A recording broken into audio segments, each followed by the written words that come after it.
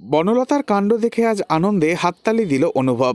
হ্যাঁ বন্ধুরা, বিস্তারিত জানতে ভিডিওটিতে একটি লাইক দিয়ে চ্যানেলটি সাবস্ক্রাইব করে সম্পূর্ণ দেখতে থাকুন।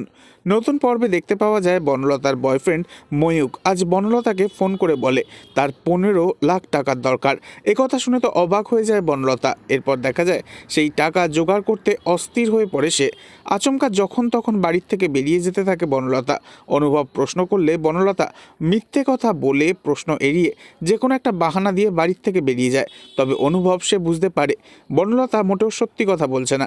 অনুভব অফিসে চলে গেলে বনলতা আবারও বাড়ির থেকে তাড়াহুড়ো করে বেরিয়ে যায়। এ দেখে তো অনুভবের মা ভীষণই বিরক্ত হয়ে যায় আর অনুভবকে ফোন করে বলে বনলতা আবারও এক্ষুনি বাড়ির থেকে বেরিয়ে গেল কৃষ্ণ।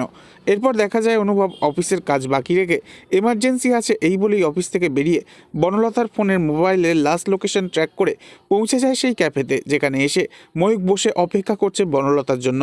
বনলতা চুপি চুপি কাগজে মুড়ে সব টাকা ময়ূকের হাতে তুলে দিতে গেলে ঠিক সেই মুহূর্তে অনুভব চলে আসে আর হাততালি দিতে থাকে। বনলতা ফেঁসে যায় অনুভবের কাছে আর বলতে থাকে, বিশ্বাস করো অনুভব, আমি এমন কিছু করিনি যেটাতে স্বামী হিসেবে তোমার লজ্জায় মাথা কাটা যায়। বিশ্বাস করো। একথা শুনে অনুভব বলে, সেই বিশ্বাসে তুমি নিজের হাতে অলরেডি বিষ মিশিয়ে ফেলেছ বনলতা। অনুভবের মুখে এই কথা শুনে চমকে ওঠে বনলতা। তবে কি হবে আগামী পর্বে?